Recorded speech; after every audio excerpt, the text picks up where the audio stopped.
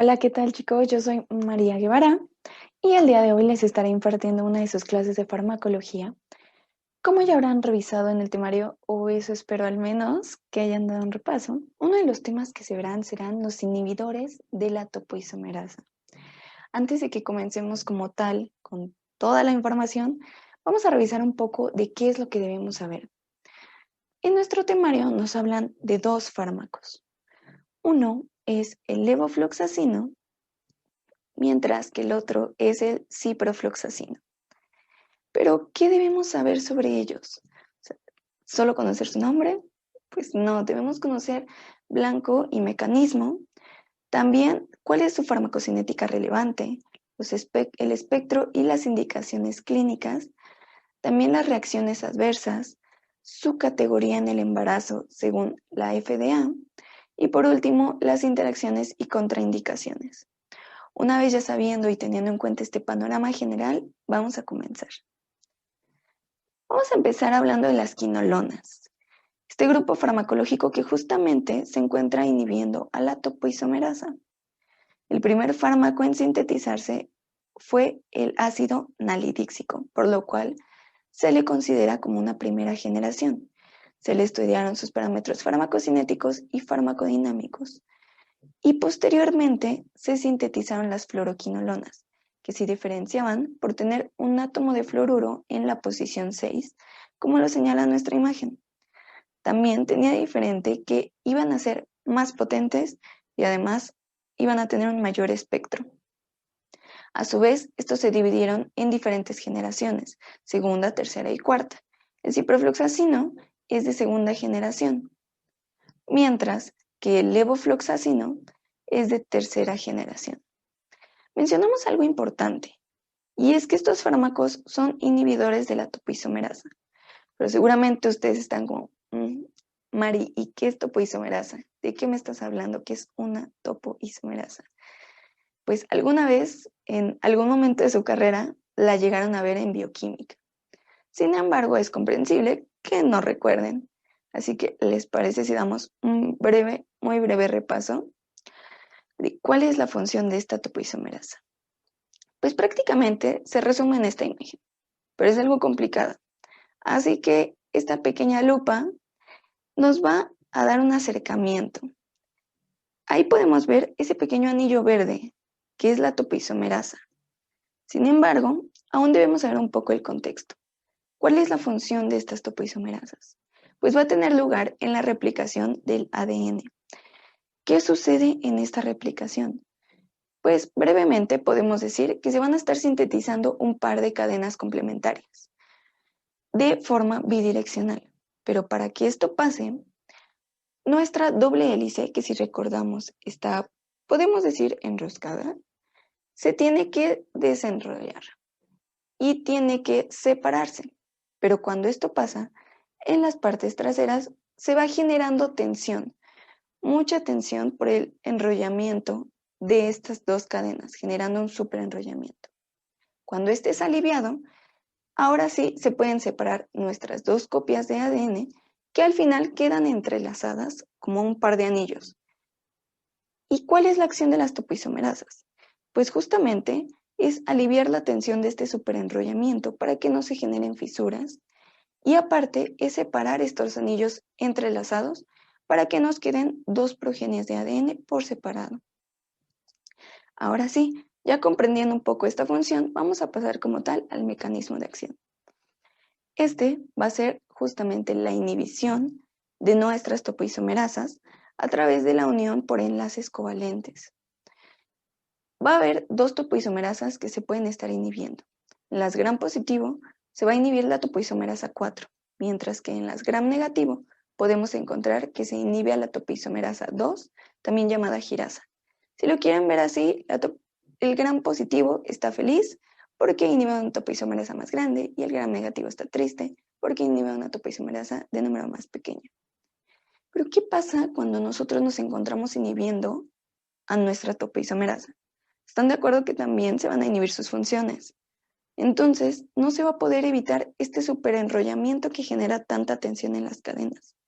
Genera tanta tensión que se empiezan a generar fisuras, que por ayuda de las hexanucleasas van a ayudar a romper y degradar nuestra doble cadena de ADN, generando así una muerte bacteriana. Si lo queremos ver de forma más sencilla e ilustrada, veamos esta imagen. Si se dan cuenta, del lado de nuestra topoisomerasa inhibida, al final se comienza a hacer un súper enrollamiento que está generando mucha tensión.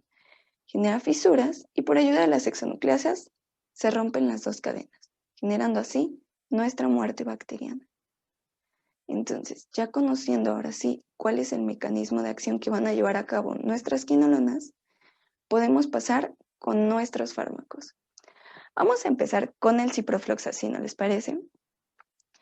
Bueno, como ya mencionamos, esta va a ser una fluoroquinolona de segunda generación y su administración va a ser por vía oral y también por vía intravenosa.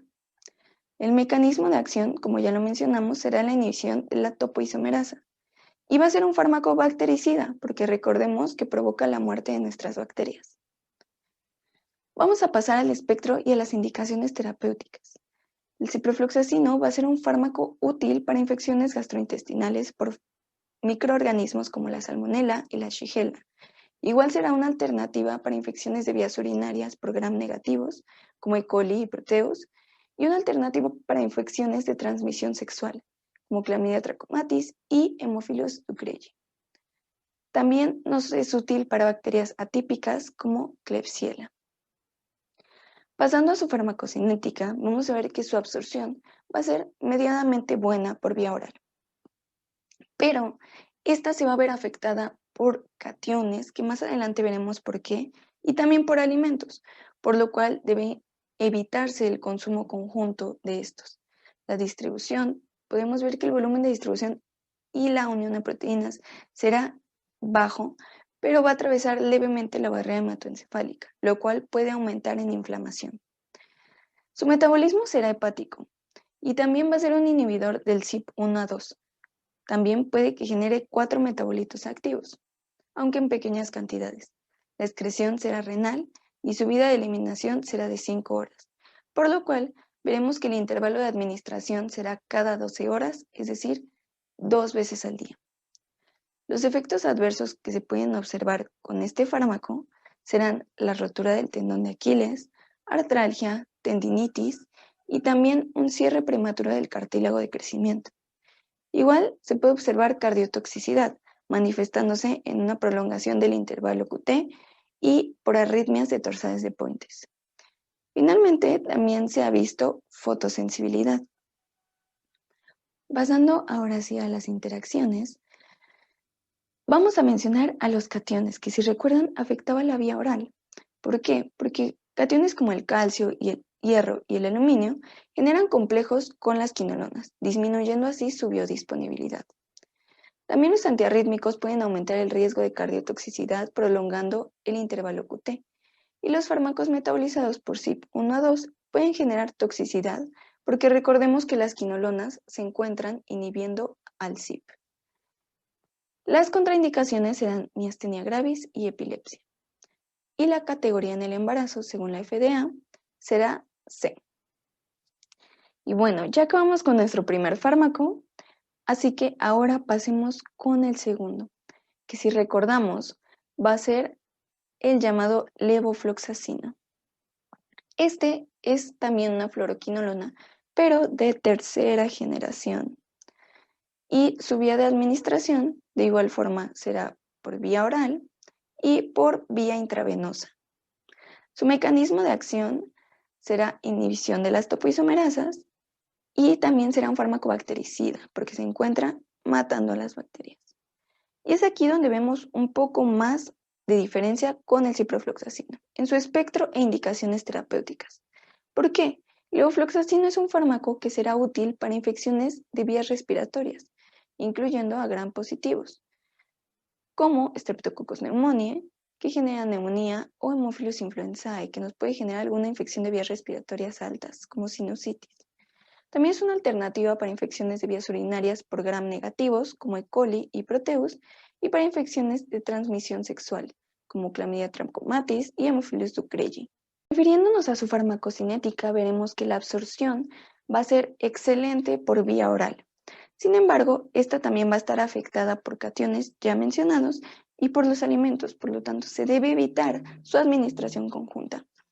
La unión a proteínas plasmáticas y el volumen de distribución serán relativamente bajos y va a atravesar ligeramente la barrera hematoencefálica, aunque esto puede aumentar si hay inflamación. Hay que recalcar que va a tener una distribución muy alta en pulmones y esto justamente nos habla de por qué su efectividad en las infecciones de vías respiratorias. Su metabolismo será hepático y va a ser un inhibidor de CYP1A2. Su excreción será renal y veremos también que su vida media de eliminación será un poco más amplia, de 8 horas, lo cual también nos puede decir que su intervalo de administración será más prolongado, que será de 24 horas, es decir, se deberá tomar una vez al día. Observando los efectos adversos, nos daremos cuenta de que prácticamente son los mismos, a excepción de una pequeña diferencia que ahorita veremos. Vamos a observar rotura del tendón de Aquiles, artralgia, tendinitis, también el cierre prematuro del cartílago de crecimiento, también esta cardiotoxicidad de la que hablábamos, que nos podía causar prolongación del intervalo QT y arritmias de torsades de Pointes, y fotosensibilidad. Sin embargo, va a haber una pequeña diferencia, y es que el levofloxacino puede generar hepatotoxicidad. La categoría en el embarazo de este fármaco, de igual forma por la FDA, será C. Las interacciones serán exactamente las mismas, con cationes como calcio, hierro y aluminio, con antiarrítmicos y también con fármacos metabolizados por CYP1A2. Las contraindicaciones, de igual forma, van a ser las mismas, que si recuerdan eran miastenia gravis y epilepsia. Y bueno, esto es realmente todo sobre este tema. Les anexo la bibliografía que utilicé como consulta por si alguno de ustedes gusta consultar uno que otro dato o también complementar la información. Y pues realmente esto es todo por esta clase. Les agradezco demasiado su atención y espero les haya gustado y hayan entendido. Nos vemos, chicos.